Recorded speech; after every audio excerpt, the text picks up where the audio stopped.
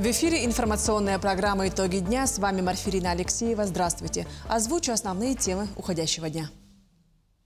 В Якутск прибыл космонавт, мировой рекордсмен по пребыванию в космосе Олег Кононенко. Как прошла долгожданная встреча? Главный врач Нерюнгринской ЦРБ провел личный прием граждан. С какими вопросами обращается население? Приемная кампания активно проводится в Алданском политехникуме. Какие специальности и профессии пользуются спросом? В Якутии прошел федеральный этап ярмарки трудоустройства. Сколько площадок действовало в республике и какие компании представили свои вакансии? Эстафета огня игр Манчары прибыла в столицу республики. О маршруте символа.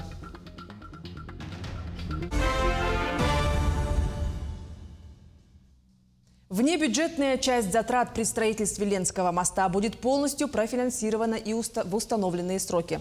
Российский фонд прямых инвестиций станет инвестором Ленского моста. Соответствующее соглашение было подписано на полях Международного экономического форума. С вводом моста в эксплуатацию транспортная доступность в Якутии вырастет с 21 до 87%. Это позволит сэкономить ежегодно более 4 миллиардов 7 миллионов рублей на Северном завозе. Протяженность моста составит 4 километра 600 метров, а всей автодороги 14,5 километров. Транспортная артерия будет двухполосной с расчетной пропускной способностью более 5000 автомобилей в сутки. Очередное распределение участников для участков СВО прошло в агентстве земельных отношений столицы республики. Для них подготовлены участки в селе Табага и Тулагино-Кильдямском наследии. Из 100 приглашенных граждан пришли 72 человека.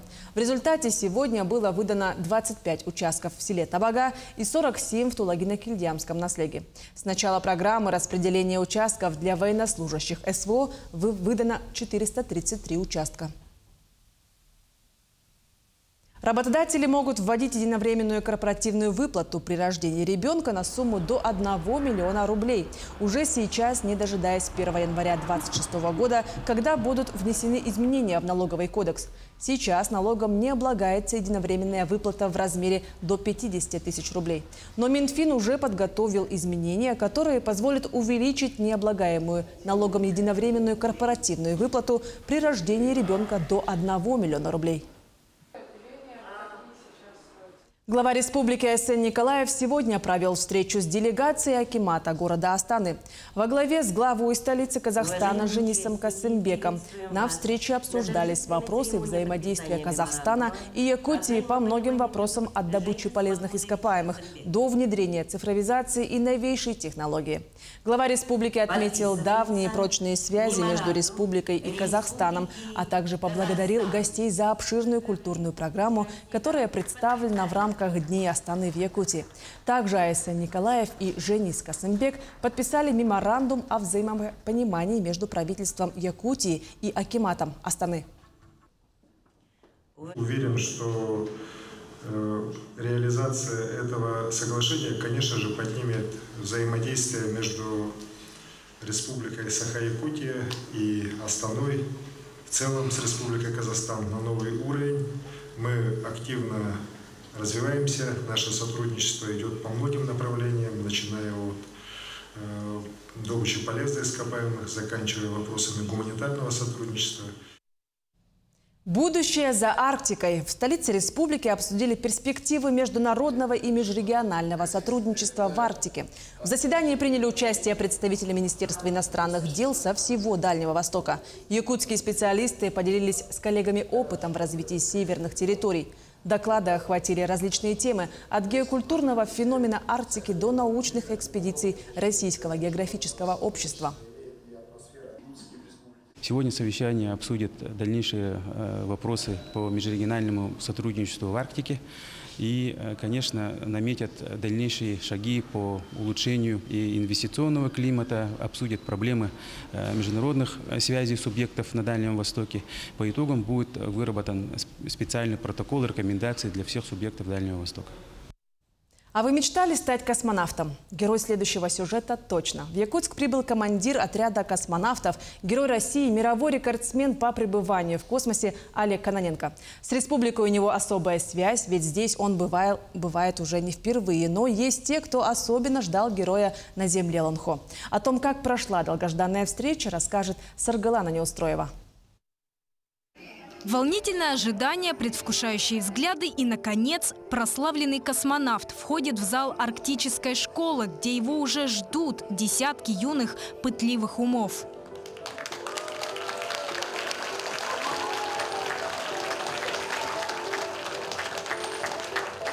У большинства из присутствующих здесь ребят, пожалуй, сбылась мечта. Ведь всего в паре метрах от них сидит сам Олег Кононенко. Опытный космонавт, герой России и просто живая легенда, открыт для любого вопроса от каждого из присутствующих здесь ребят. Приглашаем следующих наших выступающих. А вопросов множество, ведь все здесь так или иначе связаны с исследованием глубин космоса. Кто-то на уровне интересов, а кто-то по-настоящему, участвуя в конкурсах и исследовательских проектах. Но так или иначе, дискуссия выдалась по-настоящему оживленной. Я, конечно, очень рада увидеть его. Вот, когда в Москве виделись, у меня вообще был восторг. Я очень была рада тоже. Прям, неужели я его встретила? Некоторые из вопросов, прямо скажем, повеселили космонавта. Со всей своей непосредственностью дети интересовались каждой мелочью пребывания в космосе, вплоть до того, чем заниматься в невесомости, чтобы развлечь себя. Или, например, как воспользоваться уборной без гравитации. Очень интересно, потому что дети, в отличие от взрослых, очень любопытны. Они умеют мечтать и мечтают, поэтому расспрашивали о моей профессии, как летать в космос. И, похоже, многие из них хотят стать космонавтами. Многие, да не все. Воспитанник летнего лагеря «Арктика и космос» Кирилл Циденов признается, в будущем он мечтает стать инженером или даже программистом.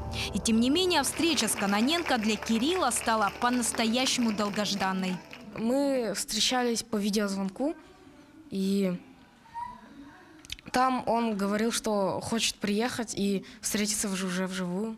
Я эту встречу ждал почти 2 года. Связь Олега Кононенко с республикой началась в далеком 2011 году. Именно тогда, на время пребывания в космосе, командир отряда взял с собой якутский хомус и прославил наш край на весь мир игрой на национальном инструменте. Позже зачитал стихи Кулаковского, вернул на землю куколку Кындыкан и даже посетил Исаак Туймады. А ведь он, как культурный проводник, мог указать на любую точку на планете и выбрать ее. Такова судьба, признается космонавт. Саргалана Неустроева, Станислав Потапов, Якутск. Представители волонтерских движений и бойцы студенческих строительных отрядов сегодня имели возможность пообщаться с заместителем председателя Государственной Думы Шалбаном Караол. На встрече обсуждалось множество вопросов про личностный и карьерный рост, обмен опытом со старшим поколением и своими сверстниками из других регионов. Поднимался и вопрос о специальной военной операции, о социализации и трудоустройстве молодых людей, которые вернутся в родную республику. В различных регионах страны Шалбан Валерьевич старается уделить время для общения с молодежью, чтобы поделиться опытом и самому узнать от них о проблемах и вопросах, которые волнуют подрастающее поколение. По своему уровню образованности, вопросов, которые они задают, они такие же, как и в разных других регионах. Другое дело, мне было приятно, например, что мы очень дельно обсуждали тему сохранения своего национального языка. Возможно, это специфичная тема для национальных республик, но для нас это коренной вопрос сохранения своих народов. Очень важно говорить о традициях, об обычаях. Айсен Николаев наградил Илью Михульчука, бывшего мэра города Якутска, знаком отличия «Гражданская доблесть». В знак признания ваших заслуг в развитии города Якутска счел возможным подписать указ о награждении государственной наградой республики, который с удовольствием вручаю сегодня, сказал глава республики. Илдархан отметил, что национальный праздник Исаак Туймады приехал в местность Усть-Хатын как раз в годы, когда Якутском руководил Илья Филиппович. Илья Михальчук поблагодарил главу Якутии за высокую оценку его деятельности. Актуальные вопросы взаимодействия Якутска и ДНР обсудили в рамках круглого стола «Якутск-Донецк». Прямой разговор.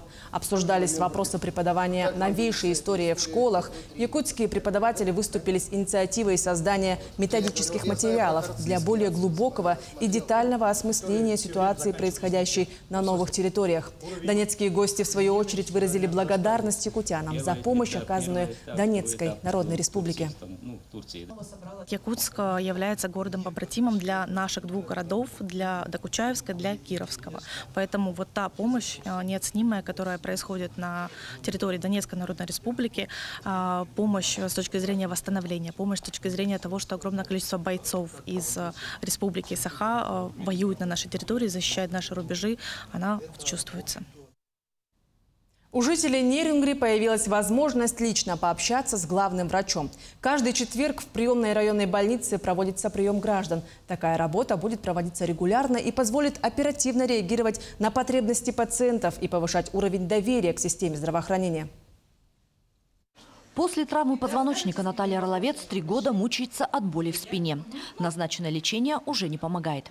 На личную встречу с главным врачом женщина пришла в прямом смысле слова с наболевшим вопросом. Вот главный врач Зараб Симонович, я очень рада, что его наконец-то к нам прислали. Говорят, он очень хороший нейрохирург. Слышала очень много хороших отзывов о нем. И он звонил уже, сказал, что попытается помочь. У каждого пациента своя боль. Инна Александровна жалуется на суставы. А в последнее время возникла проблема со сбором документов. Позвонила в Якутск, мне дали номер. Сказали, нет у нас документов. Где их искать, куда, хотелось бы у врача главного узнать, где мои документы. За несколько минут вопрос был решен. Пациентке окажут необходимую помощь и лечение будет продолжено. Все обращения граждан внимательно рассмотрены и приняты в работу. Каждую неделю прием проводит главный врач больницы совместно со своими заместителями.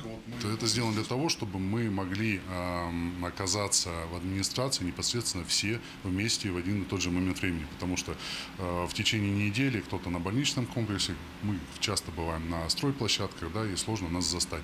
Хотя по идее каждый день, в принципе, двери в администрации открыты. Это решение принято для того, чтобы непосредственно все мы заместителями были собраны в одной команде и постараться более продуктивно решить вопросы. Вопросы, с которыми обращаются местные жители, самые разные. Это и качество медицинского обслуживания, вопросы лекарственного обеспечения и многое другое.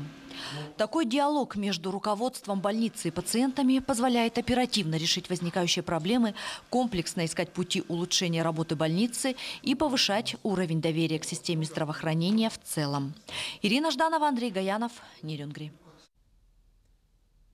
Приемная кампания в Алданском политехникуме началась, и первые абитуриенты уже побывали в комиссии. Какие специальности и профессии пользуются спросом у молодежи, узнали наши корреспонденты. Паспорт и аттестат, медицинская справка, фотографии. Весь пакет документов на поступление Людмила Харитонова подготовила. Теперь нужно заполнить бланк заявления и подписать согласие на обработку персональных данных. В приемную комиссию Алданского политехникума Люда пришла вместе с мамой. В этом году девушка окончила 10 класс. Имея основное общее образование, она решила осваивать профессию. На лаборант-эколог поступать. Сама так захотела. Хочет стать лаборантом. Меня, наверное, больше привлекает просто биология. В химии я не особо сильно, но постараюсь. Приемная кампания в политехникуме стартовала на финише основного периода сдачи экзаменов в школах. И в числе первых абитуриентов оказались преимущественно выпускники прошлых лет, имеющие на руках документы об образовании. В этом году выдача аттестатов только началась, и члены комиссии предполагают, что поток претендентов на поступление станет более массовым уже в ближайшие дни. Сейчас идут выпускники прошлых лет, и, конечно, сейчас вот куранашские школы у нас уже подходят, и 9-я школа уже получила аттестаты. Сейчас мы ждем 1-ю школу, 2-ю, гимназию, и я думаю, уже в начале июля у нас все студенты подойдут. Техническое обслуживание и ремонт автомобилей, горные работы, сварочные технологии, электромонтаж. Для абитуриентов выбор профессии и специальностей, как всегда, обширен. Ожидается, что 1 сентября к обучению в кузнице кадров приступят 7 новых студенческих групп, количество мест в каждой из которых составит 25 человек. В этом году планируется принять 175 человек к нам в Алданский техникум. Также мы набираем на базе 11 классов и также на базе 9 классов. Подать документы на участие во вступительном конкурсе можно как онлайн-способом, так и явившись в комиссию лично. Приемная кампания в политехникуме продолжится до 15 августа. Татьяна Вахнина, Сергей Шипачев, Алдан. В Якутии прошел федеральный этап ярмарки трудоустройства «Работа России. Время возможностей». Для соискателей региона организовали работу 35 специальных площадок, одна из которых также была открыта и в Якутске. Подробности далее. В Центре опережающей профессиональной подготовки свои вакансии для соискателей подготовили более 40 компаний и предприятий. Кандидаты могли подавать несколько заявлений. Собеседования проходили в свободном формате. Хорошо организована работа. Очень много вакансий, оказывается, есть. Я вот сам не знал. Вот. Ну, для меня это открытие. Конвоира подал, пожарного. И по специальности своей учителя физкультуры и вахтовым методом тоже подал. Посетители могли напрямую пообщаться с представителями ведущих предприятий, получить информацию об условиях труда, уровне заработной платы и перспективах карьерного роста. В основном приходят специалисты прямо на месте, да, как бы кандидаты. Мы их рассматриваем как резюме, так и анкеты собираем. То есть либо по личной связи, вот мы обмениваемся контактами, с WhatsApp'ами, и потом уже созваниваемся с кандидатами. Допустим, вот сегодня я уже выбрала себе пару кандидатов, мы уже назначили собеседование на понедельник. Кроме этого, в рамках ярмарки прошли мастер-классы и консультации, а учебные заведения предлагали для соискателей дополнительные курсы обучения, которые в среднем длятся от 1,5 до 2 месяцев. Мы тут представляем свои курсы. У нас краткосрочные курсы. Мы реализуем бесплатные курсы для отдельных категорий граждан по федеральному проекту «Активные меры содействия занятости» национального проекта «Кадры». Обучение бесплатно для отдельных категорий граждан. Это, например, безработные граждане, которые состоят на учете в Центре занятости, граждане, ищущие работу, граждане 50+, а также граждане, которые сидят по уходу за ребенком. Ярмарка вакансий помогает быстро найти работу нуждающимся, а в особенности студентам и выпускникам. Всего по ее итогам по всей республике якутяне ознакомились с порядка 3000 актуальных вакансий от 200 ведущих компаний региона. Тимур Калмогоров, Семен Семенов, Якутск. Древняя культура Казахстана на сцене театра оперы и балета. В республике проходят Дни культуры Астаны в Якутии. В течение 3 дней гости представят обширную программу, где будут представлены концерты, выставки, мастер-классы и многое другое. Одним из ключевых событий стал гала-концерт с участием ведущих артистов и творческих коллективов столицы Казахстана. Представили вокальные и инструментальные номера, хореографические постановки с элементами казахского и якутского национального искусства. Мы очень рады, что межгосударственные связи между Россией и Казахстаном продолжаются именно благодаря тем связям, которые были установлены нашей республикой с Казахстаном. И мы в прошлом году проводили очень успешно дни нашей республики в Астане и в Алмате. Показали и оперу «Нюргун-Батур», и «Сияющий камень» балет, и выставку наших сокровищниц, и выставку народно-художественных промыслов, так и кино нашей республики. Театр оперы и балета Якутии получил 3 награды премии «Золотая маска». Церемония награждения Всероссийской театральной премии проходила в Казани. Награду за лучший спектакль в балете получила постановка «Сияющий камень». Мария Кузьмина удостоена премии за лучшую женскую роль. За лучшую работу художника по свету в музыкальном театре высокой наградой отмечен Иван Шандровский. В Мирном набирает популярность гавайское развлечение – саббординг. Это водный вид спорта и направление серфинга, при котором человек стоит на доске и катается по воде при помощи весла. Подробности у наших коллег.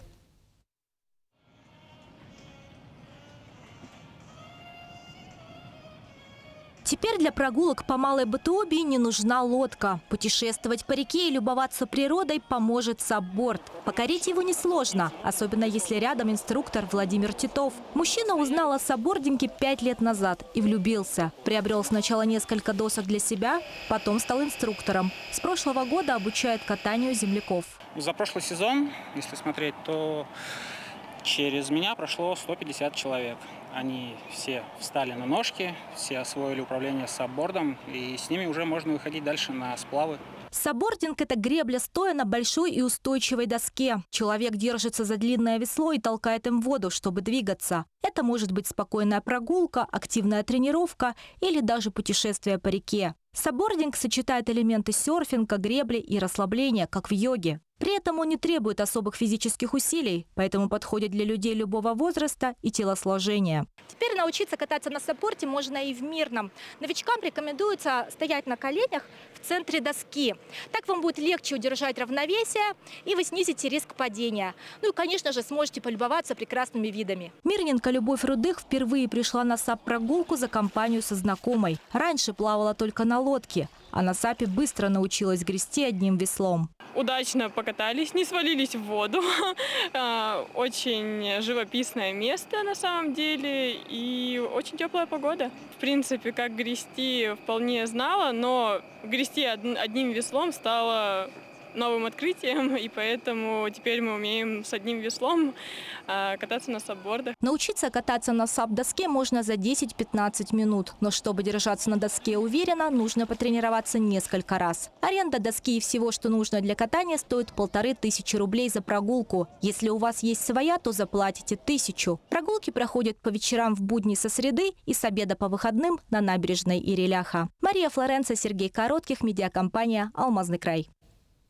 В Якутске определили победителей Кубка Илдархана по русским шашкам. По итогам 3 соревновательных дней триумфаторами стали спортсмены из Якутии. Многократный чемпион мира Николай Стручков и чемпионка Европы Сандара Просимова. Все российские соревнования собрали 218 участников разных возрастов, среди которых 17 гроссмейстеров. География открытого турнира впечатляет. На состязания помимо представителей регионов России приехали участники из Бразилии, Узбекистана, Монголии и других стран. Конечно, я рассчитывал на победу, естественно. Было тяжело настроиться, и тем более я начал с поражения во втором туре. Потом уже было непросто обратно вернуться в гонку. Но мне это, к счастью, удалось. Счастлив, конечно, что получилось победить. Эстафета огня Игорь-Манчары, преодолевшая уже более сотни километров, прибыла в столицу республики. В общей сложности протяженность маршрута составит 765 километров до места проведения 22-х Игорь-Манчары. Подробности смотрите в следующем материале.